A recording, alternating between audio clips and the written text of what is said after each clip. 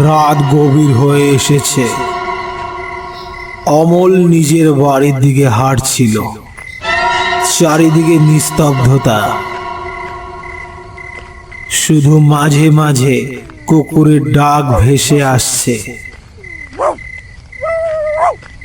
অমল অনেক দূর থেকে ফিরছিল। শহরের বাইরে একটা ছোট্ট গ্রামে সে কাজে গিয়েছিল। গ্রামটা ছিল প্রায় বনের ধারে এবং সেই পথ দিয়ে হাঁটতে অমল একটু ভয় পাচ্ছিল।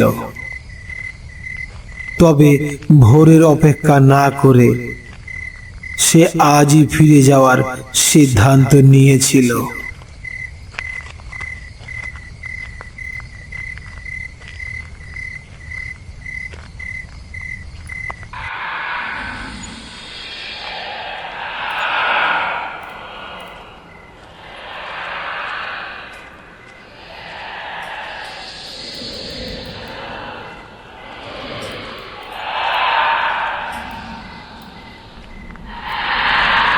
হঠাৎ সে লক্ষ্য করল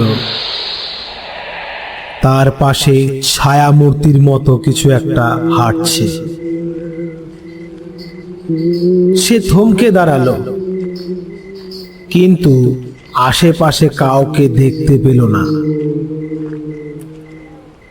আবার হাঁটা শুরু করলো এবং আবারও সেই ছায়া মূর্তিটা তার পাশে হাঁটছে বলে মনে হলো।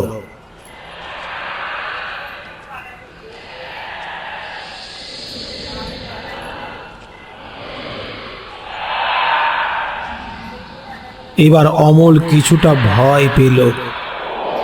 সে জোরে জোরে হাঁটা শুরু করলো,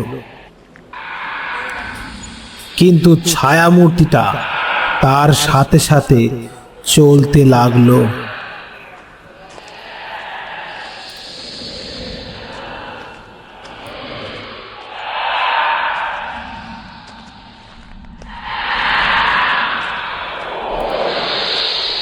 অমল এবার সত্যি ভয় পেতে শুরু করলো। সে দৌড়তে শুরু করলো, কিন্তু যতই সে দৌড়ায় ছায়ামূর্তিটা যেন আরো কাছে চলে আসে। তার হৃদস্পন্দন বাড়ছিল। হঠাৎ করে তার কানে এক অদ্ভুত ফিসফিসানির আওয়াজ এলো। তুই কোথায় পালাবি?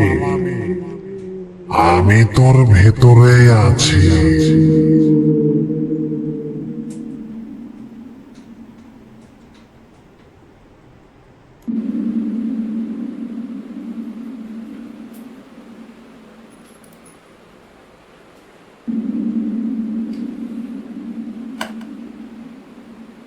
অমল থেমে গেল। তার গলা শুকিয়ে গেল আর সে ধীরে ধীরে ঘুরে দাঁড়ালো।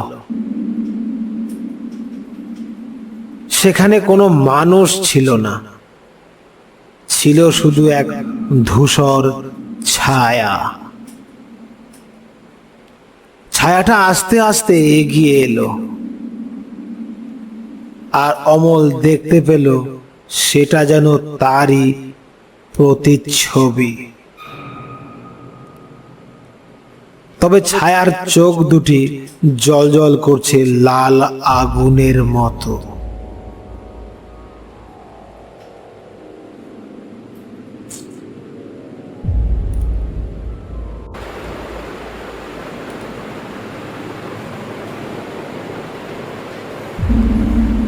অমল এবার চিৎকার করতে চাইল, কিন্তু তার গলা দিয়ে কোনো আওয়াজ বের হলো না।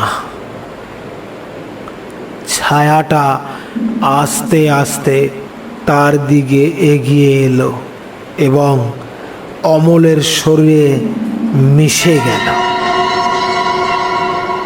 অমল কাঁপতে কাঁপতে মাটিতে পড়ে গেল। তার চোখে অন্ধকার নেমে এলো।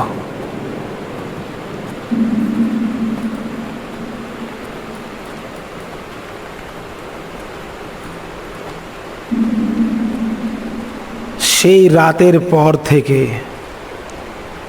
অমলকে আর কখনোই খুঁজে পাওয়া যায়নি। গ্রামের মানুষ বলে, যে রাতের পর অমল হারিয়ে গিয়েছিল সেই রাত থেকে মাঝে মাঝে গ্রামের পথে এক ছায়ামূর্তি দেখা যায়, ঠিক অমলের মতোই দেখতে, তবে তার চোখ দুটি জ্বলজ্বল করে আগুনের মতো।